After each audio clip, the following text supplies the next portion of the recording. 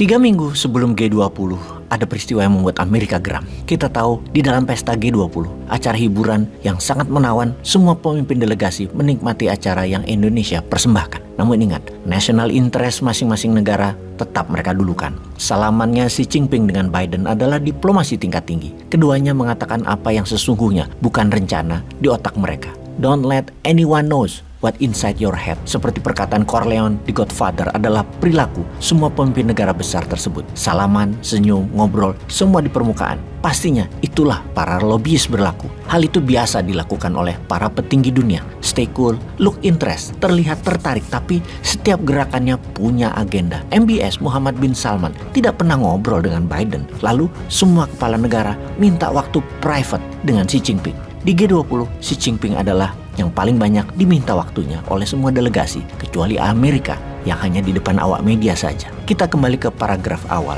Peristiwa yang membuat geram Amerika, Saudi dan Tiongkok keduanya sepakat bertransaksi atas petrol atau minyak Saudi menggunakan yuan.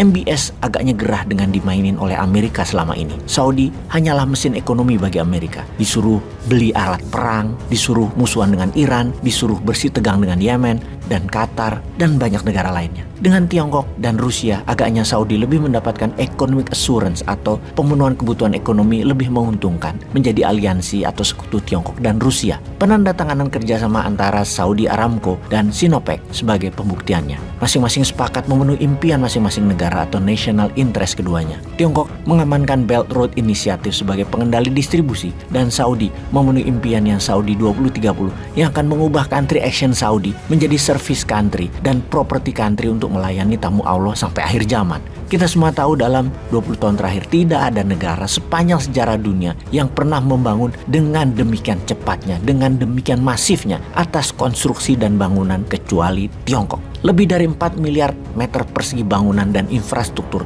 termasuk jalanan, jaringan kereta api, bendungan, jalur irigasi, kantor, perumahan tinggal, dan lain sebagainya dibangun oleh Tiongkok.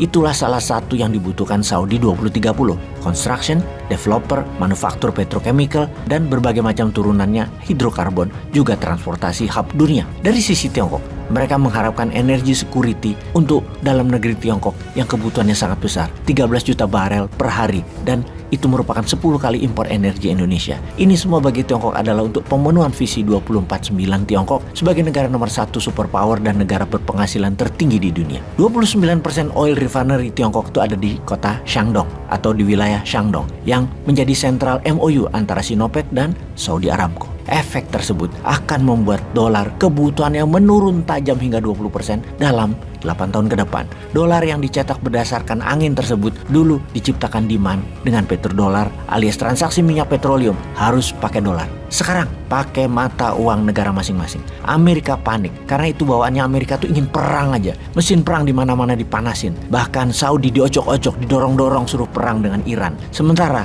oleh Tiongkok, keduanya Saudi dan Iran dimasukkan ke dalam BRICS. Itu bagian dari MOU yang ditandatangani kedua negara termasuk menyetujui Saudi Arabia jadi member BRICS, aliansi ekonomi kawasan yang mengcover 50% penduduk dunia. Kemudian Tiongkok dengan pintarnya mengatakan akan membeli 5% Saudi Aramco sahamnya dengan nilai di atas harga pasar. Yang dijawab oleh pihak Saudi yaitu Wakil Menteri Ekonominya yaitu Muhammad Al-Tuwaijri, bahkan kami mau menerima pembayaran tersebut dengan yuan dan produk-produk Tiongkok lainnya juga membeli panda bondnya Tiongkok. Pernyataan dalam jumpa pers di Riyadh tersebutlah mengejutkan Amerika karena artinya pernyataan ini mengakhiri perjanjian jangka panjang antara Amerika dengan Saudi di tahun 1945. NSC, National Security Council, rapat panjang di Washington untuk mereview ulang hubungan dua negara Saudi dan Amerika yang ketika jumpa pers, Biden mengatakan akan ada akibatnya dari perbuatan Saudi ini karena mengancam energi security-nya Amerika dan membuat harga energi dunia tinggi sebagai penyebab inflasi dunia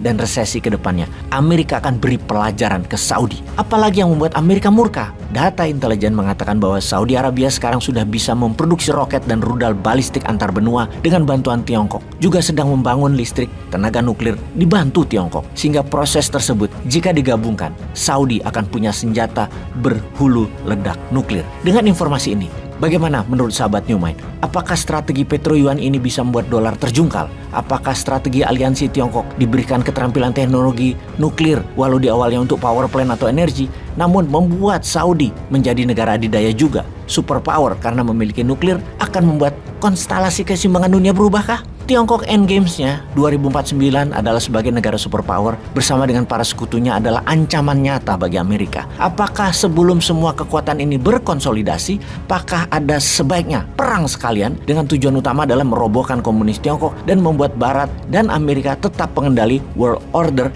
diawali dengan Taiwan menyatakan kemerdekaannya dan meminta Rusia menyerang dengan nuklir ke Ukraina? Siapa yang tahu?